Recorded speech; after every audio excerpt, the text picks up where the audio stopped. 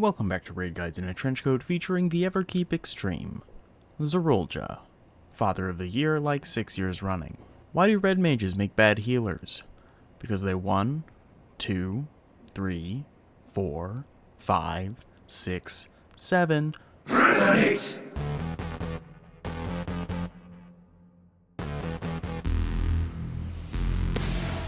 Zerolja tried to pick up a new class with how oversaturated the Viper player base was on launch, but leaned so hard into Blue Mage's ethereal dickery that it looped right back around to him being turned into a roided out Viper.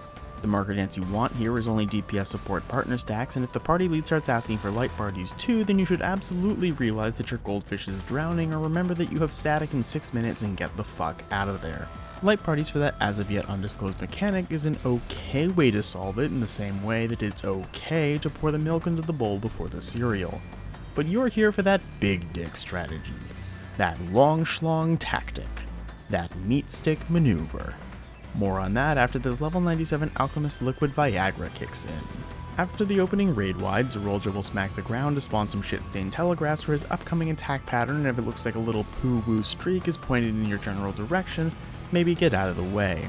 That said, these lines won't go off until the end of the next cast, which will be either forward half or backwards half. In a stunning turn of events, good guy Zerolja will be telling you where the safe half of the arena is with his casting. So if it's forward half, run to the north, and for backwards half, run to the south. The confusing addition, however, is that the boss will similarly be marking either the west or the east on safe based on which of his 2 glow sticks didn't ignite for take 33 of his new Wodagay dance routine.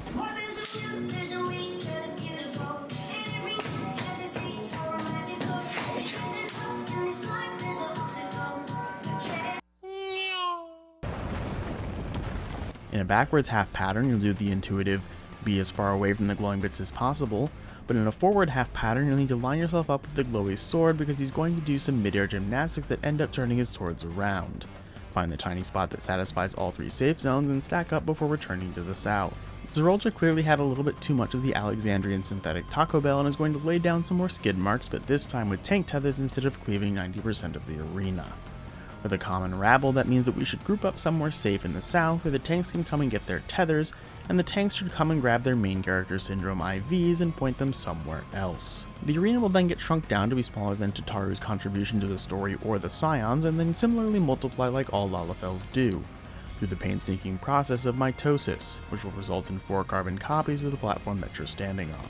Then once you're all nice and cozy in this new arena, it'll be time to move on to Daggerfall. 4 daggers will drop into each of the 4 platforms, then after an excruciatingly long wait, Zerolja will sync up 2 of them to give you 8 unsafe squares as well as cleaving half of the arena.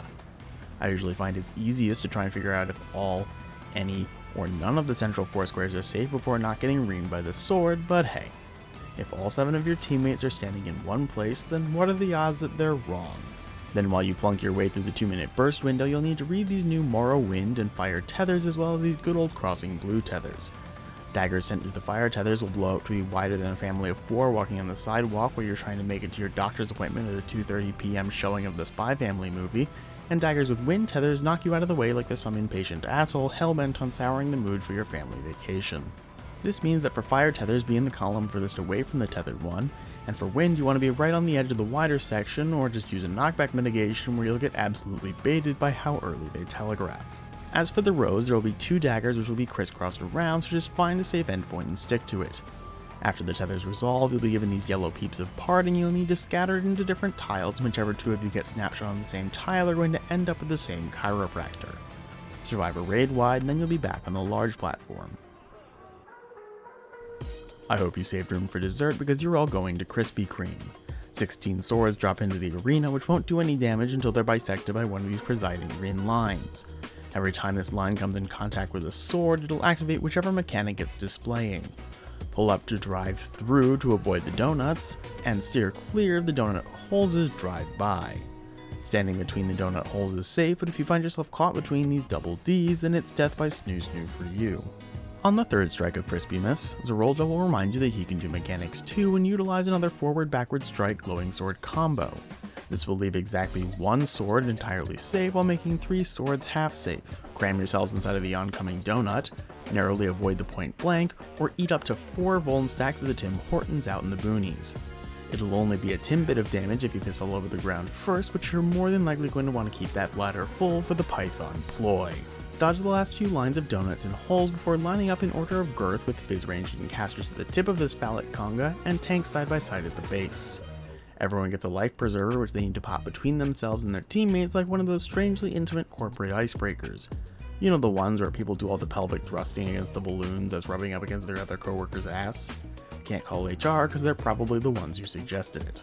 When this red line crosses over you, if you still have your life preserver, it'll pop a light party stack on you, which if you're a tank you can absolutely invuln and be more or less fine, but if you're not, then you want to try and get other people to take the stack with you.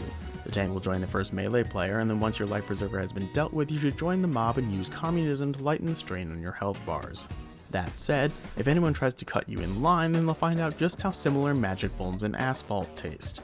Each person needs to pop their life preservers before the line pushes you into the bleed wall that ticks you for about as much damage as a paper cut, but if you haven't popped your line stack by the time that the debuff expires, then that'll be the added lemon juice zest squirted into the raw exposed flesh.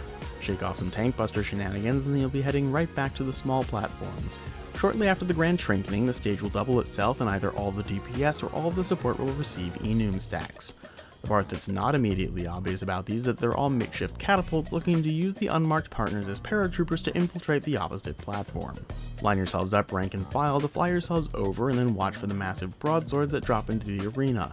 They'll sync up similarly to the small daggers in the first small platform phase, which means that not only will you have to dodge your own, but you'll have to dodge the placement of the opposite platforms as well. This will leave one of two front quadrants safe, and you'll need to package yourself one each into the squares of this corner as you'll all be getting the separation peeps again.